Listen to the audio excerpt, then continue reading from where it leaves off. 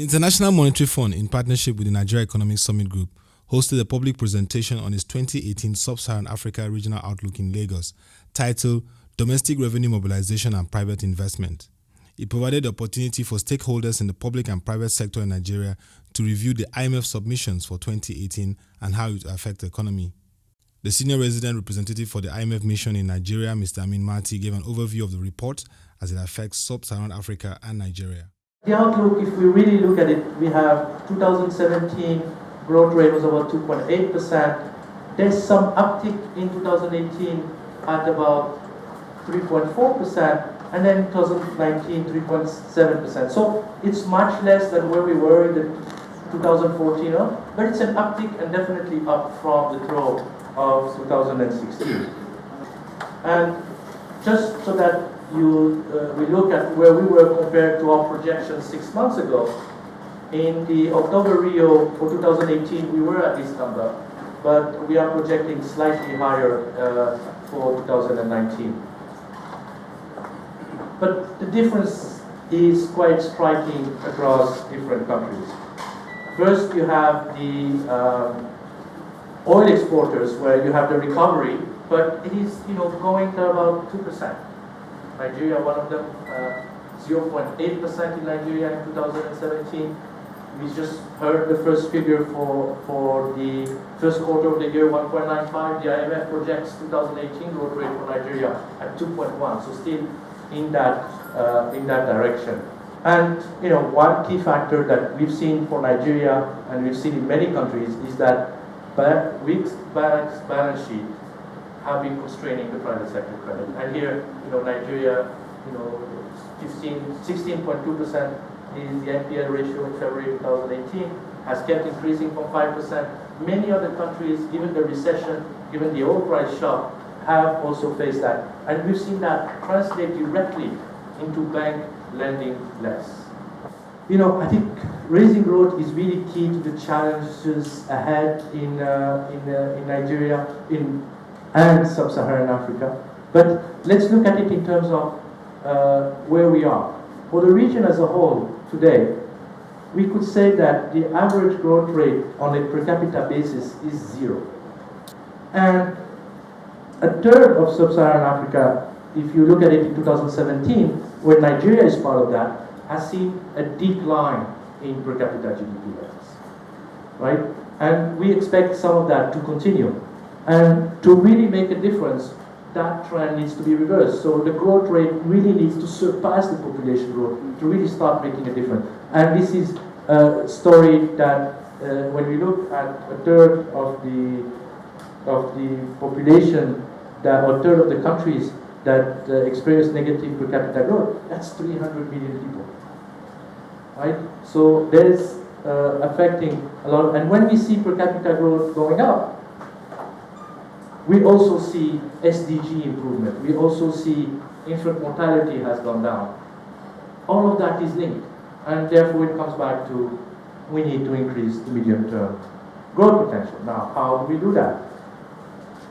Private investment remains too low in the regions. It's about 13% of GDP, and it has, since 2010, increased at only about 5% a year.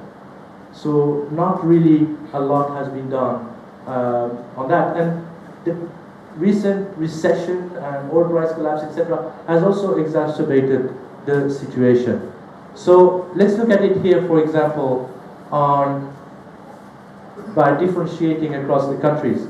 So it's clear here that if we were to look at oil exporting countries, we had a decline in private investment in 2016 and 14, but that also was made worse by having public investment also declining at the same time. So it's a double whammy, right? The private sector is not there, but at the same time the resources were less, so the public sector was not present. Therefore, investment took a hit. Now, the interesting characteristic is the non-resource intensive countries. They had lower private investment than in the past. Remember, these are economies growing at 6%. But they were able to get public investment to also grow. Now, how sustainable can that be is the issue, because remember when you saw the public debt numbers going up, that was done through borrowing, right? And that is one of the questions that can be done. And of course, there's the focus would be on strengthening the regulatory and insolvency framework, better trade, access to credit, but we realize that that can maybe take time. So the interim, what to do, what to focus on? Well, then we have the PPPs, special economic zones, at least to attract certain type of investment. And special economic zones, doesn't mean tax incentives, right? I mean, it also means a better regulatory environment, etc. And to try to target foreign direct investment coming in. Now, how about if you have weak growth and medium macro vulnerabilities, and these are countries that are resource intensive. We will put here South Africa also, but Nigeria and others. And here, policy advises to adjust the fiscal position, but also advance on economic diversification. And here, create a business environment. And one caveat, one point I would like to stress on this: the oil prices have gone up. This is an opportunity for these countries to really use that respite provided by that recent pickup in oil price to take some of these reforms and move in trying to get the private sector going. At the end of his presentation, there were remarks from the Director General of the Debt Management Office, Ms. Patonia, and also the CEO of the Nigeria Economic Summit Group, Mr. Laoye Jayola. One of my observations when I read some of these reports is they tell the story as it is, compare across several countries. But I think we probably also should be looking a bit at the medium term, so we can look at more what outcomes are we expecting from some of the policy initiatives that the government is adopting, because the results will not be, they're unlikely to be in the short term. If they're in the short term, that will be good.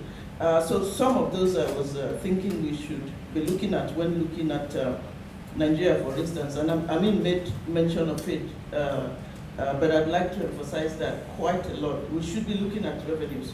The issue to ask is, why does the government borrow? Well, we borrow because there are revenue shortfalls. When we look at the budget is a public document, so we all know what it is. And I think this is rather timely because the National Assembly only passed the budget last week. And we know that the figure is higher than what the executive presented. So as a debt manager, what I'm waiting for to see is, where is the funding of that incremental size coming? Am I supposed to be borrowing, or revenues are supposed to make up for that shortfall? So that's where the borrowing is coming from. There's need to fund the budget. So the key issue to ask is, there's usually an economic paper that speaks to why the government is borrowing. So when a budget goes to National Assembly, there's a fiscal policy paper that says this is what we're trying to achieve. That's a bulky document, so I guess many people won't read that. So the objectives tied to that. So I think our focus should be, when the size of the budget is large and the size of borrowing is large, what are we doing with all the money? Are we spending them wisely and in the right places? And do we check also to make sure that we are spending them properly? I want to say that one major area where we have problem, even if you're trying to develop the private sector, is that a lot of our private sector is not significantly developed. And this is why I was telling Ami that we need to sit down and look at, how do we develop the entire value chain in the private sector area? There are many small, good friends that are doing beautiful things, but they are not scaling up. And I've seen both the World Bank, development partners, doing support left, center, and right. And the question we are beginning to ask them at is, how can we aggregate and scale? Because it's not about small bits here and there. They are in 3 states, 4 states, all over, scattered all over the place. How do we begin to aggregate this and bring them to scale? How do we make sure we take, I've seen people tell me now that they're doing backward integration. And anytime you ask some of this firm, you're working backward integration. How is it? He said, they can't even supply it locally. And I said, what do you mean they can't supply locally? What are we doing in building that part and looking at the entire value chain and growing them up? And so this is support that we need to be talking about. And as I talk to the World Bank, IMF, we need to work together and see how do we scale development in this area. Mr. Minmati and Mr. Laoye Jayola speak further on the presentation. Well, agriculture has always been the main driving force for growth in Nigeria, but I think it's important that the rest of the economy, if you take the non-oil, non-agricultural sector, which is 65% of the economy, it's important that that grows. And manufacturing, services sector, and for that, it's a package of measures that need to happen, right? You need to have fiscal space for priority public spending, but you also have the private sector as the engine of growth. And the Economic Recovery and Growth Plan has a lot of the right priorities on that sense, including to have an improvement in the doing business survey, the power sector reform. All of that are measures that will go a long way in trying to continue boosting growth. The debt stock relative to GDP is low compared to other countries or compared to any benchmark that has been used. The interest payment to revenue ratio is high, and as I said during the presentation, the issue here, and this is why it is important, to continue mobilize revenue. Revenue in Nigeria at 6% is low. The government is aware of that, is aiming at going to 15% of GDP, and we think that is the right way, because by increasing revenue, you're going to be able to reduce the interest payment to revenue and have more resources available for priority spending. If you look at the non-resource people, they're doing significant growth. It shows that you don't need natural resources before you make your economy grow, and which is the point about the need for Nigeria to diversify. It speaks to the fact that you need to do some reforms that will enable that the environment for doing business is good to allow people to come. I'm glad that there was, if you look at the 2 points of access to look at, the need for private investment, which form the center of our ERGP too, but it's important for all hands to be on deck. Significantly, how much of private sector investment do we want to do and how do we drive it? And so those are the things we need to look at. And raising domestic investments means that, well, we do agree about tax, must be more efficient in our tax areas. And a lot of it is done around tax policies and co. Implementation. My word is that, well, there are a few things that government is doing that we need to work hard on it and implement speedily. We don't have the luxury of time because, God forbid, oil moves in the other direction. We will not have sufficiently done the reforms we need to do. But happily, oil is serving us. The reports came out today. First quarter is 1.95. Shrunk from last quarter, and if you look at those factors, the place like Agric suffered from the issue of insecurity and a few other things. So you're beginning to see the impact of it on Nigerian economy. We should do a lot to make sure that we go beyond 2.5% growth in GDP, because there are other regions nations in Africa that are already in the 5-6% area. There isn't anything stopping us from doing it.